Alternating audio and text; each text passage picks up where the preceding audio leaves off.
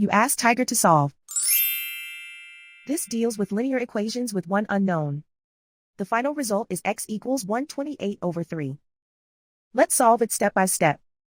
Group all constants on the right side of the equation. Subtract 14/3 from both sides.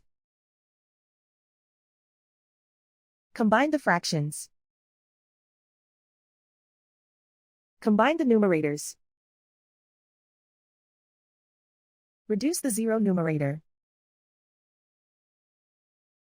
Simplify the arithmetic. Combine the fractions. Combine the numerators. And so the final result is x equals 128/3.